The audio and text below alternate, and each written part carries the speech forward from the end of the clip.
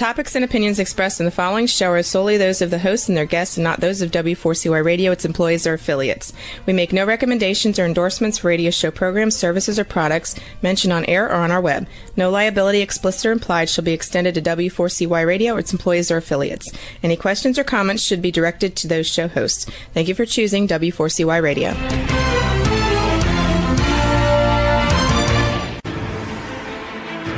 What's working on purpose anyway? Each week, we ponder the answer to this question. People ache for meaning and purpose at work, to contribute their talents passionately and know their lives really matter. They crave being part of an organization that inspires them and helps them grow into realizing their highest potential.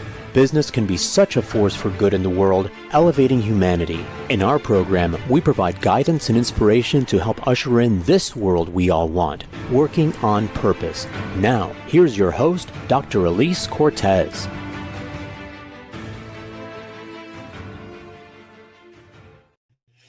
Welcome back to the Working on Purpose program, which has been brought to you with Passion and Prize since February of 2015. Thanks for tuning in again this week. Great to have you. I'm your host, Dr. Elise Cortez. If you haven't met me yet, I'm an organizational psychologist, logotherapist, workforce advisor, and the founder of the Gusto Now movement. But the title that I live by daily is really much simpler. I traffic in energy. Not the surface level motivation or another engagement initiative, but the deeper force, what I call the gusto, the life force of performance that drives commitment, performance, and genuine ownership of a shared mission. You can learn more about us and how we can work together at gusto-now.com or my personal site, elisecortez.com. With us today is Dr. Mehrad Nazari. He is an executive advisor, corporate trainer, and speaker. He's a passionate practitioner of applied spirituality and believes in preserving the authenticity of the ancient wisdom practices and applying them in our daily lives in the 21st century. He's the author of Enlightened Negotiation, 8 Universal Laws to Connect, Create, and Prosper, which we'll be talking about in today's program. He joins today from Portugal, where he lives. Dr. Nazari, welcome to Working on Purpose. Good to be here. Thank you. You're so welcome, beautiful friend. I want to celebrate this beautiful book that you brought into the world. I learned so much, as also you say your editor did as well. I know you're going to bring us into a centering exercise to start, but before we do that, let me celebrate how we met. I am a recent new member of the Enlightened. What is it called? The Enlightened Leadership Guild? Conscious Leadership Guild. Conscious Leadership Guild. Let's get that right, because it was one that I would have never ever encountered, but I met William through that, and then I met you. So that's how we met. I want to give that shout out. Now, you mentioned it would be nice to start our conversation with the centering exercise, which is something you do when you bring people together for negotiation. Let's do it. I'll take your lead. Yes, actually, at least that is something that I do in almost every meeting. And by that, I'm going to ask you to sit comfortably with a straight spine. And some of you may be driving or doing other things. So just with the eyes open, bring your awareness to where you're sitting or standing.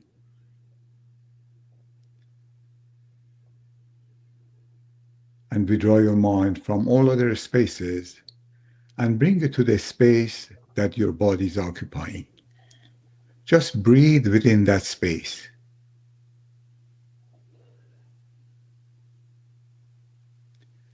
And withdraw your mind from all other times and bring it to this moment. To be here now. And feel the breath of here now.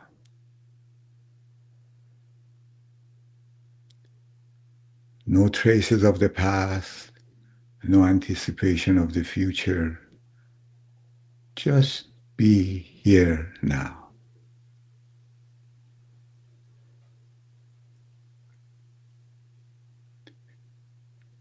Just before we start the session, just bring your attention why you're here, why we have gathered here. All of us here are to improve ourselves and make a positive contribution to our world. So with that intention, please come back. Now I can say, welcome now. Thank you. That was a beautiful way to start. And I can imagine how incredibly productive and powerful that is to start a negotiation session. So I don't think I've ever seen anyone start that way. And as I mentioned to you before we got on air, having read your book, I can say that with certainty that none of the people that I've encountered in my life where I've negotiated with, did they practice the 8 laws that you have in your book? They need to pick up your book. Well, where would you like me to start? From my background, from the Yeah, book? I liked, let's talk about why you've come to the place where you have really mastered negotiation. And we will do that first, and then we'll distinguish what do we mean by negotiation, and as you say, then haggling. But this Yeah. is quite a niche to have. Well, it was my own experience of I was studying in San Diego, California. I was working on my PhD, and all of a sudden I got a call that the financial aid was stopped, and I had to start to supporting myself. And so I immediately got my broker's license. I got into real estate, and I was working very hard, and I was very successful. I enjoyed it very much, and I had wonderful clients. However, the world of negotiation was really unbelievably harsh. And I was not, even though I was successful, I was not enjoying how I have to act in order to be able to successful in that business, and how people really acted as if very different than they were supposed to. Let's just leave it at that. Dog eat dog world out there, and some of the closest friends and partners, they would come to the business. All of a sudden, their personality would shift. Yes. So I thought, it has to be a better way. And I was at the School of Human Behavior, and I decided to write my dissertation on negotiation. Maybe I learned something. Mm. And that became my passion of learning about negotiation. I finished my dissertation, and the school asked me to present a class at the university, which I did for 10 years. But Alice, frankly, it wasn't until about many years after that I wrote the book, because by then I was also, within that period, I was also working on my spiritual path, and I was deeply involved in yoga and meditation.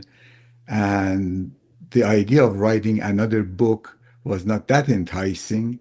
But when I got that inner voice telling me that my book has to have a spiritual essence, I said, aha, now I can do it. So Mhm. I wrote the book as a result of my own experience and realizing we, as human beings, we are a spiritual being.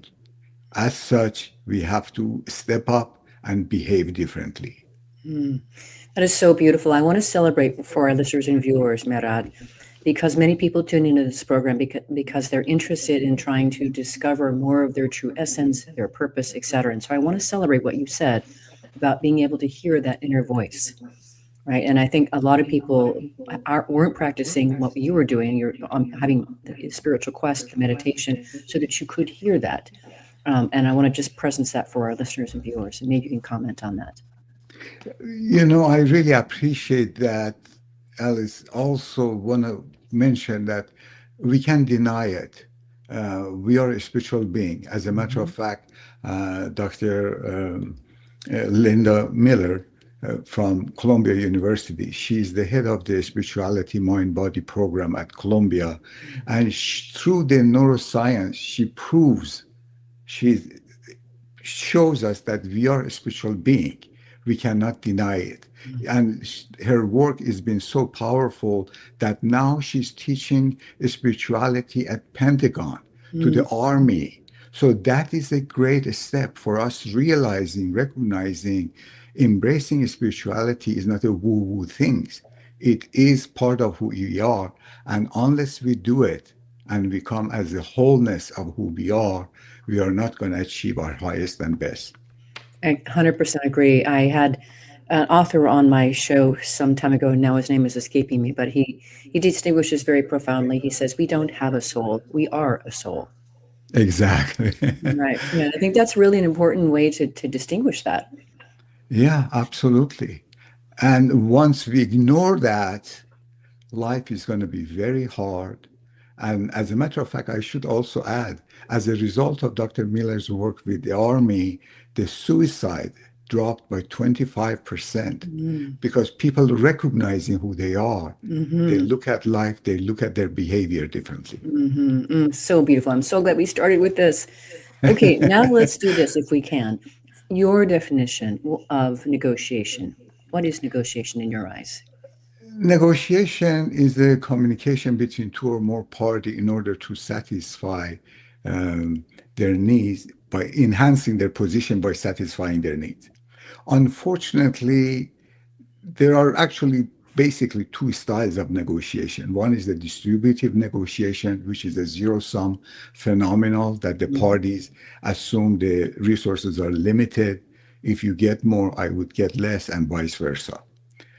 They call it distributive negotiation. The other one is integrative negotiation, and that is you integrate all the elements and you dive deep into why people are at the table and try to create options. And as a result of that, try to see, and I'm just going to go further, specifically working on describing the enlightened negotiation.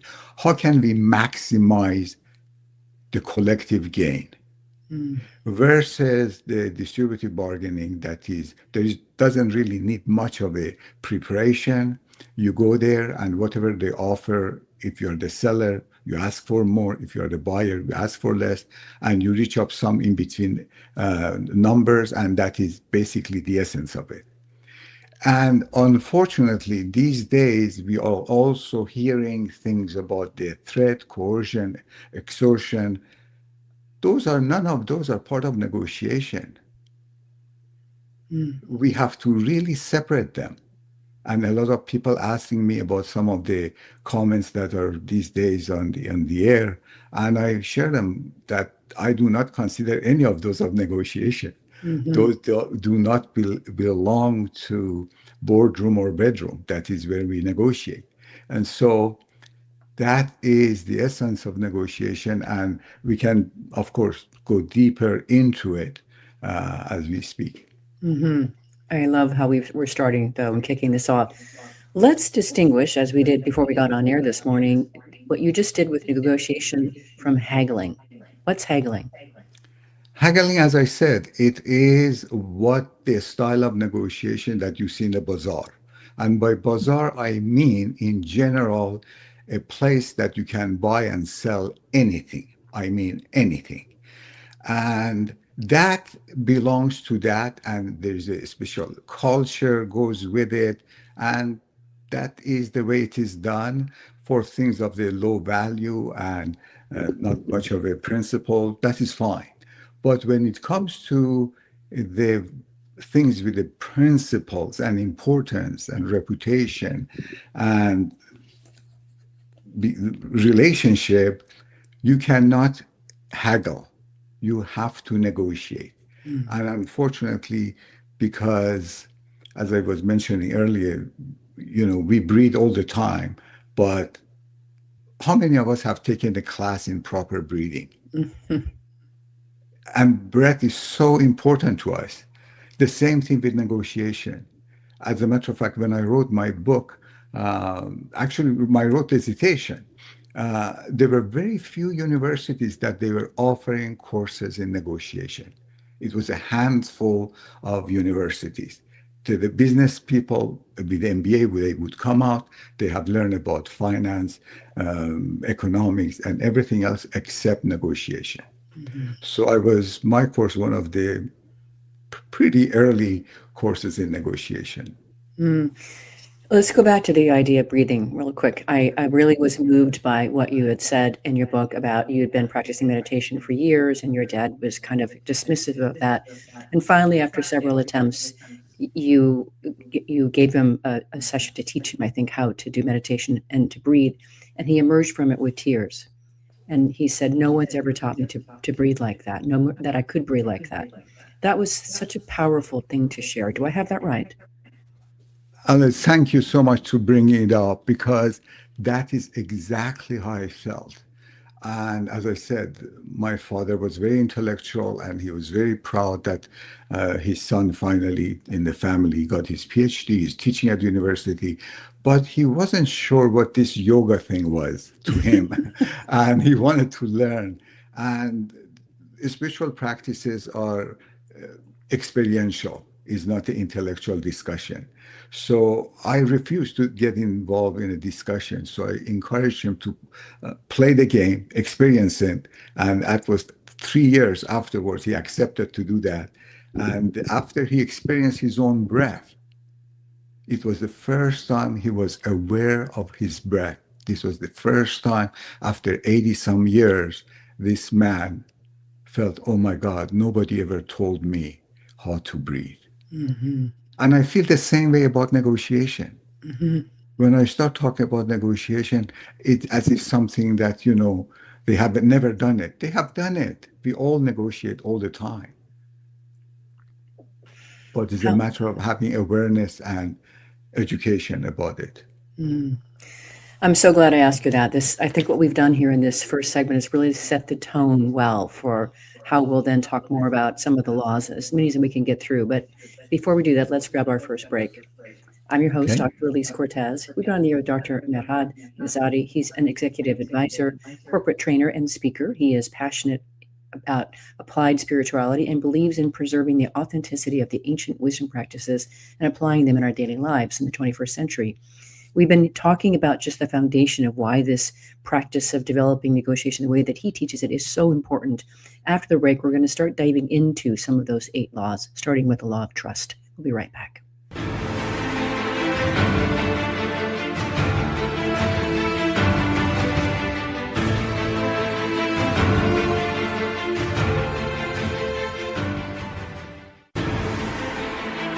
Dr. Elise Cortez is a management consultant specializing in meaning and purpose, an inspirational speaker and author. She helps companies visioneer for greater purpose among stakeholders and develop purpose-inspired leadership and meaning-infused cultures that elevate fulfillment, performance, and commitment within the workforce. To learn more or to invite Elise to speak to your organization, please visit her at elisecortez.com. Let's talk about how to get your employees working on purpose.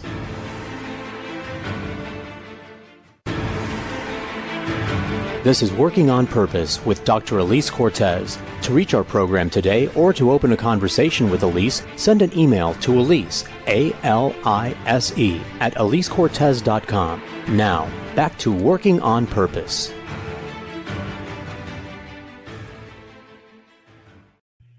Thanks for staying with us and welcome back to Working on Purpose. I'm your host, Dr. Elise Cortez. As I am dedicated to helping create a world where organizations thrive because their people thrive and they're led by inspirational leaders that help them find and contribute their greatness, and we do business that betters the world, I keep researching and writing my own books. So one of my latest came out. It's called The Great Revitalization: How Activating Meaning and Purpose Can Radically Enliven Your Business. And I wrote it to help leaders understand today's discerning workforce. What do they want and need to give you their best and want to stick around? And then I provide you 22 best practices to equip you to provide that for them through your leadership and your culture. You can find my books on Amazon or my personal site, elisecortez.com. If you are just now joining us, my guest is Dr. Mehrad Nazari. He is the author of Enlightened Negotiations, 8 Universal Laws to Connect, Create, and Prosper, which we'll be diving into next. So let's start, if we can, here. I would like to take, for our listeners and viewers, as many of the 8 laws as we can get to. If we don't get through all of them, that's okay. But the first one is the law of trust. If you could bring that one to life. And then I have a particular story that I'd like to share from your book that I think really illustrates it beautifully. Well, I learned that law, and that was the beginning of my path. I was 8 years old, and my parents apparently had a love relationship to begin with, but I have 2 older sisters. By the time I came along, things had changed, and money was always an issue. Even though we were okay, but finances was a challenge in our household. And to, as an 8-year-old, standing there and watching my parents arguing and fighting about money was very disturbing. So I thought about it and I thought, maybe I am part of this problem, that, maybe I should do something to help myself, support myself, or even help them. So I had it all planned out that, I was going to sell small toys in my neighborhood during the summer. And I had it all planned out with a detail. I was going to use my entire $8.67 saving to as my first inventory. And by then, when I approached my parents, my father was okay with it, but my mother, absolutely not. No, my son of mine would be a peddler in the street. And so the entire rest of that school year, all my negotiation with my mother was in exchange of getting her permission and list of things that I had to do. Plus, finally, it softens her heart and allowed me, but she gave me a list of restriction, limitation, geographical limitation, the hours of operation, number of books I have to read, all of that. And the day I went to the wholesale market to buy my first inventory, I was so invincible. I was just like walking on the cloud. And I went back, and then the first day, the business was amazingly successful. By that night, when I started counting my money, I realized I had already captured my initial investment. Everything else was going to be profit. I was thinking about the next level of my business. I fell asleep. Next morning, the same thing continued. In the afternoon, I was so excited, I could not control myself. I left 15, 20 minutes earlier, and in order to get a better exposure, I went half a block further than agreement with my mother. And sure enough, this man by bike came along and he showed a lot of interest in every single one of those. He picked a bunch of them, and inside I'm elated and so happy that right off the bat I have this big sale. And he gave me a large bill, and I was just trying to find him change. It went back and forth, back and forth. And then he started asking for a bag. And as I was handling all of this, he finally grabbed everything and with a smile jumped on his bike. And I was so happy too. Wow, what a beautiful man. His children should be really happy. And I was giving myself also credit for doing something like that. And as soon as I opened my cash box, I realized there is no money. What happened to my money? What happened to all the money was exchanging with that man? I kept looking, and the reality hit me. He had stolen all my money. Mm-hmm. And I tried to collect myself and use the same spark that brought me to that place, but it was no way.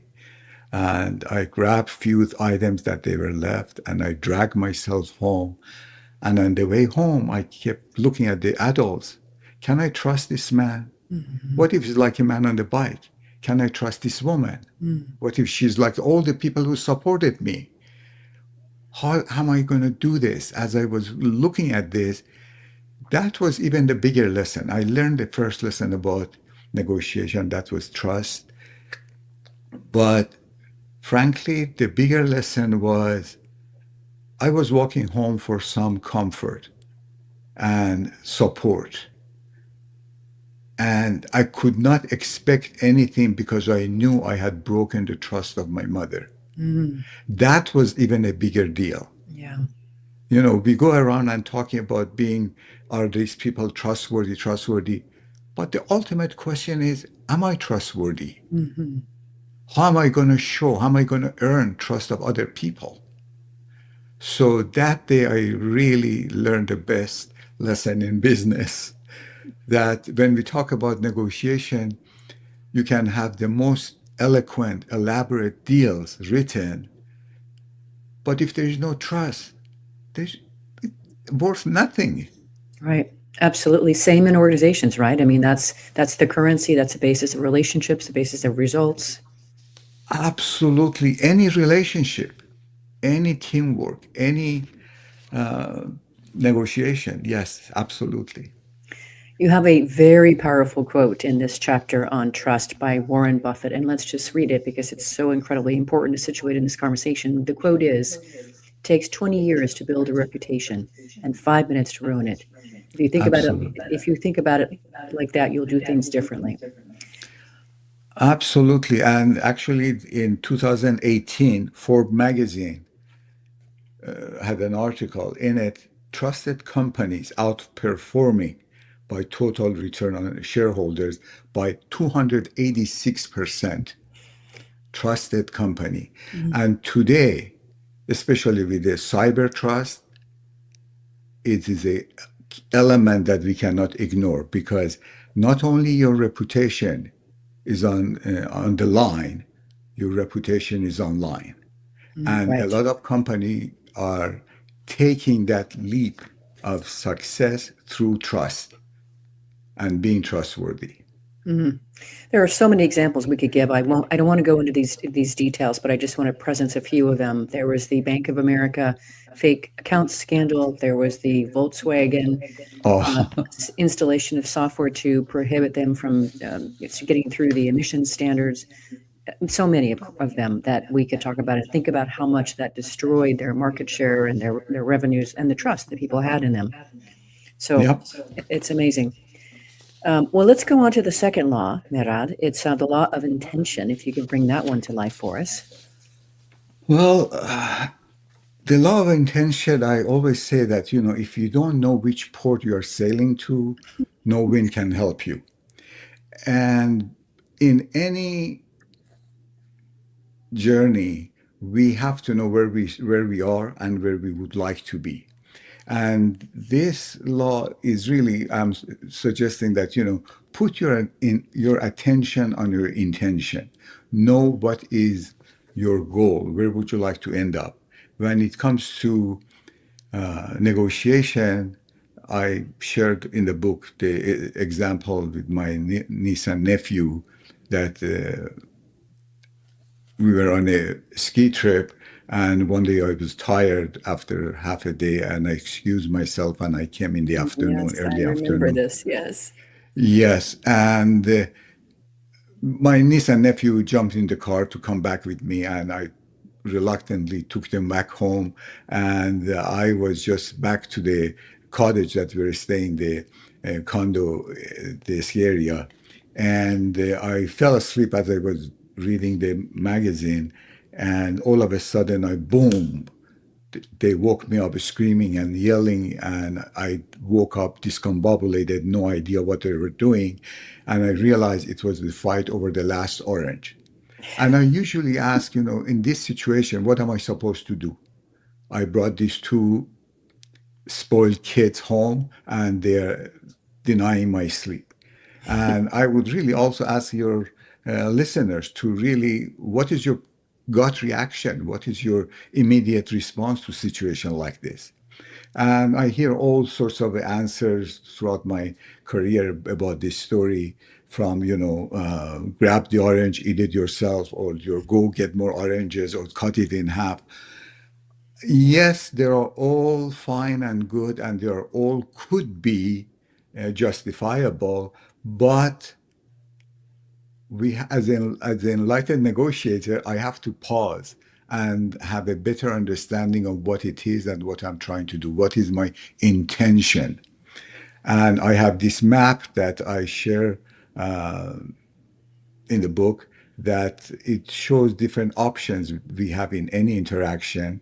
The map is the two arrows, the horizontal arrows and the vertical arrows, that they intersect on the right side of assuming the page. And the horizontal arrow is other people's other sides gain, and the vertical arrows are gain. So there would be five options. One of them is do nothing. Mhm. In this situation, let them fight, and whatever happens has nothing to do with you. This option might be okay sometimes, but on the other side could be negative, that these two kids seeing this injustice is happening and Uncle Merad is doing nothing. So that started resentment toward me. The other option is on the right side at the end of the line, horizontal line, which is the gain of the other side. If I go and buy them orange, I have submitted, I have accommodated them to get their share of what they want, what they need, and denied myself from sleeping. And that option not always is the best option because that sets a precedent for the future that this is the way to behave, this is the way you get your what you want. And the other one is at the end of the vertical arrow, that would be competition. I have the power, I grab the orange, I am in control, I tell you what to do. That is not going to last very long in any relationship. And finally, if we end up at the fourth corner of this, where these two lines would have joined, if we connect them, is a collaboration that both sides get 100%. In a lot of situations, that may not be possible, but more often than what we really think is possible, it is possible. And for both parties to get their 100% of what they were after for. And in this case, I sat with them and I asked each one, what do you need? And at first, they were reluctant to share their secret.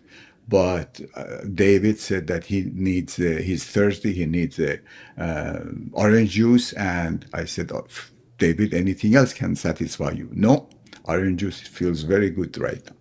And the other side, Jasmine, why do you need the orange? She was reluctant to share. Finally, drawing out of her, she said that because that night was her mother's birthday, she was baking a orange peel cake.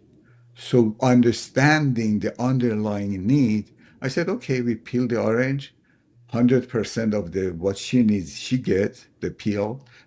Jasmine and David get the rest of the orange.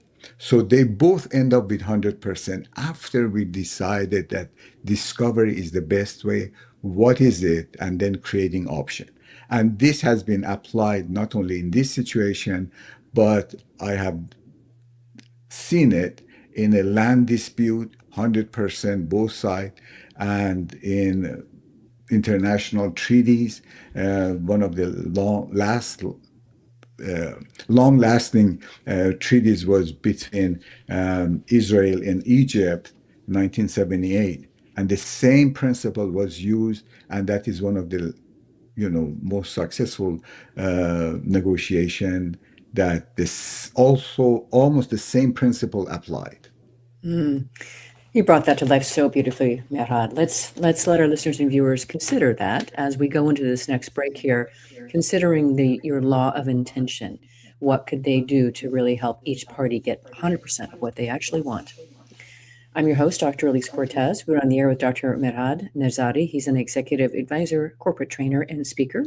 He is a passionate practitioner of applied spirituality and believes in preserving the authenticity of the ancient wisdom practices and applying them in our daily lives in the 21st century. We've been getting into some of the laws. After the break, we're going to go into the law of strength and the law of flexibility. We'll be right back.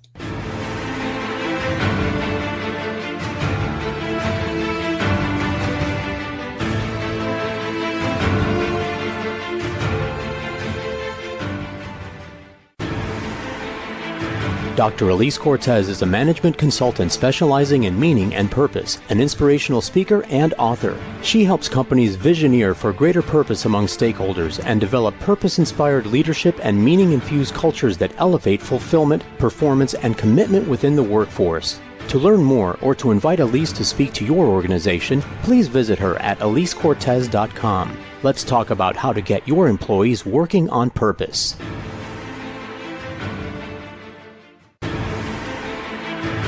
This is Working on Purpose with Dr. Elise Cortez. To reach our program today or to open a conversation with Elise, send an email to Elise, A-L-I-S-E, at elisecortez.com. Now, back to Working on Purpose.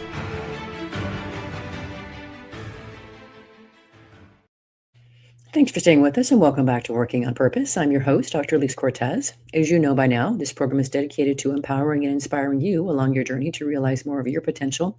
I mentioned that my last book came out, The Great Revitalization, and it contains 22 best practices to help you elevate your culture and your leadership for today's discerning workforce. What I did for you is I created a very simple 3-page free assessment you can take off my website at gusto-now.com, and it will help you determine the extent to which your culture and leadership are meeting the needs of today's workforce. If you are just now joining us, my guest is Mehrad Nazari, and he is the author of Enlightened Negotiation, 8 Universal Laws to Connect, Create, and Prosper. So I skipped over the law of communication, not because it's not super critical important, but because I know we're limited on time. And I wanted to hear your thoughts next on the law of strength. And why is that important? This before I get in. I'm sorry. No, go ahead. I thought maybe you were on mute for a second, but go for it. We can hear you fine. These days, there's a lot of question about the style of negotiation, but 40 years of research has proven that givers are smarter than the takers. And there are 2 studies was done that I would like to share. One of them was a meta-analysis of almost 28 studies that was done the last 30 years, trying to find out what distinguishes the great negotiator from the rest. And this meta-analysis, all these 28 studies, shows that negotiators who care about the other side as much as they care about themselves are more successful and are better negotiator. That is number 1. Number 2, Vanderbilt University, not long ago, did a study. First, they measured the intelligence of the negotiators. And then this was through a series of analytical verbal reasoning process. After they measured their IQ, they sent them to negotiate. Sure enough, higher IQ was a big factor, but not in a way that most people think. The higher IQ people, the counterpart did better. The counterpart of people with higher IQ did better than the other one. And not because the high IQ people, they were giving up the stores or they were pushovers. High IQ people, smarter people, would expand the pie. They would create values. They would not leave the table unless they would add something for the other party without cost to themselves. So that is really important as we talk about the strength. It's about not a physical strength, it's about how many lawyers you have, how many, the prestige of your office building. No, it's about knowledge, about knowing what is it that you truly need? What is it that the other party need? And I have to emphasize and distinguish between needs and wants. Because people show up with wants, but what is the need underneath that? So we shouldn't confuse the needs and wants. And I can give example, but I think that is pretty clear. And the needs are what brings us to the table. And for that, for details, we can go to the Maslow's hierarchy of needs that several times I have used it in my own negotiation and been very successful. You have several examples in the book that really show that beautifully. Well, part of the reason I wanted to talk about this one and not let it go is that you and I had an exchange about this, and we wanted to showcase the research from George Land and Beth Jarman about creativity and how they were assessing younger children on this scale here. So if you could talk about that, because that's part of what we also teach at Gusto Now, is how important it is to cultivate creativity to provide more possibilities, more options. Well, one of the biggest hurdle problem in negotiation is people's lack of flexibility.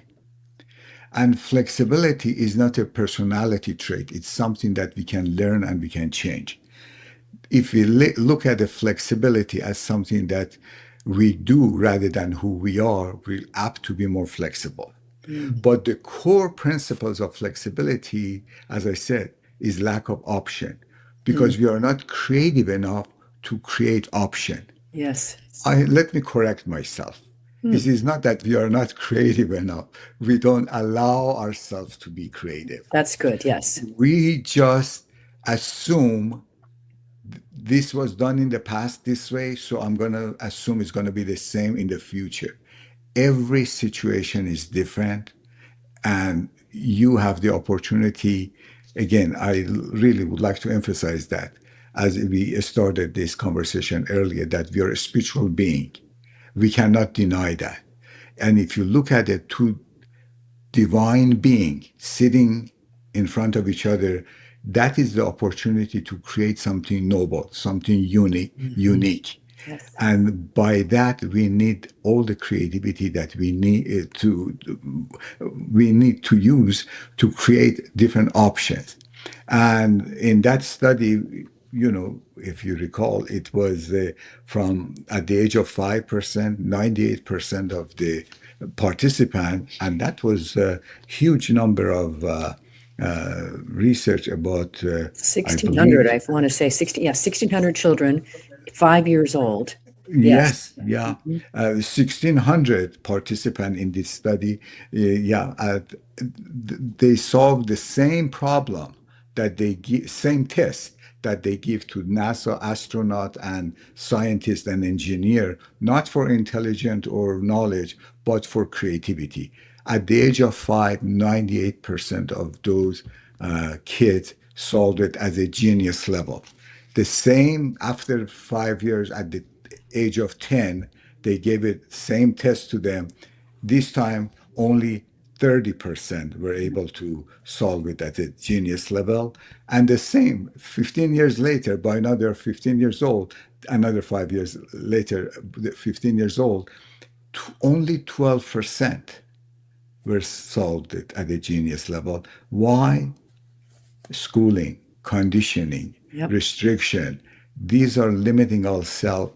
And another study, not related to this, but they made 280,000 people at the age of 40, they gave them the same test. Only 2% did that. So it shows that by the time we at around 40, how we have limited, we have ignored our creativity. And that is something that we can practice and build more to, when it comes to negotiation, to be more creative in negotiation. I had to celebrate that, of course. So we're coming close to the end of the show, and I can't let you leave without talking about the law of manifestation. And that's, of course, what you refer to as showtime. Well, law of manifestation, there are exactly, that's a short time. We have done all the preparation, and preparation is really the key. There are certain universal principles. And first of all, embracing the commonality. Commonality with people who come to the negotiation is two things is universal. One of them, everybody wants to be treated with respect. The other one is everybody wants to be treated with fairness. So those are two things that we have to remember, and there are studies done. Every single one of these things that I'm talking about, there's a great research behind it.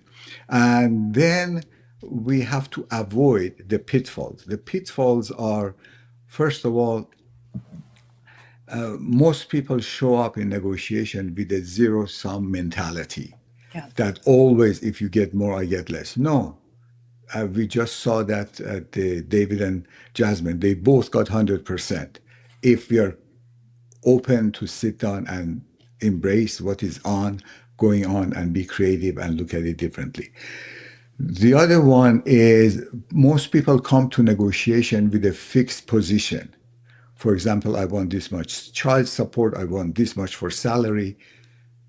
Whereas, what is beneficial for child? Why not looking at the whole package instead of that? The same thing with salary. Why not looking at the whole compensation from the company rather than just one fixed idea of I want this much and that's it? So those are some of the things that hold us back. And I don't know how much extra you want me to go into this law of manifestation. The other one is the BATNA, which is a pretty common term, best alternative to negotiation, to agree, to best alternative to negotiated agreement. So when we are at the sort of conclusion with our negotiation, if we have done our homework, we have done our market research, we know possibilities are out there, so we have a back pocket sort of alternative. Always know what would you do before you go to the negotiating table, and that would be your BATNA. So you know when to talk and when it's time to walk. Well, this negotiation doesn't work. I have better alternative somewhere else. The stronger your BATNA, the stronger your position will be in negotiation. Mm. It's so beautiful. I've learned so much from you in the book, and I want to just share a little bit from your law of reflection, because I think this is such a beautiful practice that you include in the laws here. After you have been through a negotiation and you consider and you reflect back on it, and you say in your book that rather resolve that you won't do the same if you see somebody doing something that's wrong that you don't want to do, and instead reflect on and measure and evaluate how you practiced enlightened negotiation after you've done an agreement, and consider things like, are you better off? Is the other side better off? Have you made a positive contribution to the world around you? Could you have done this more intelligently? Have you maximized your resources? Are your relationships stronger? That is so powerful, Mehrad. It's so beautiful. I can't imagine too many people would have very good answers to those questions because of the way they practice negotiation today. Well, it is, we have to start. I mean, we are a divine being.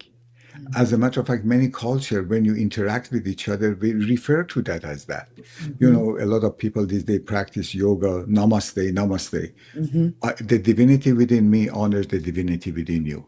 In Austrian language, Grushkat, that is how they say greet each other. Salute to God. This is when they see each other. Those are all fine because we know who we are, but we have to step up and act from that place. Yeah. It's so beautiful. So you probably know in our conversations that this show is listened to by people around the world, and they tune in because they want to become better versions of themselves. They want to become more effective and inspirational leaders. They want to learn how to lead their organizations to a higher level. What would you like to leave them with? I really would like to invite them to these three questions. What is your gift? Today, as you listen to this, some of these things you knew what I was talking about. And those are that, and you do it already. Those are your gift. Acknowledge them. Number two, what's your dream as a result of this conversation? How do you see it would be a better version of you? It would be a better version of world when we act that way. And then what's your plan? How are you going to get there? And uh, my book is available through my website, and I'm available to answer any question if you have.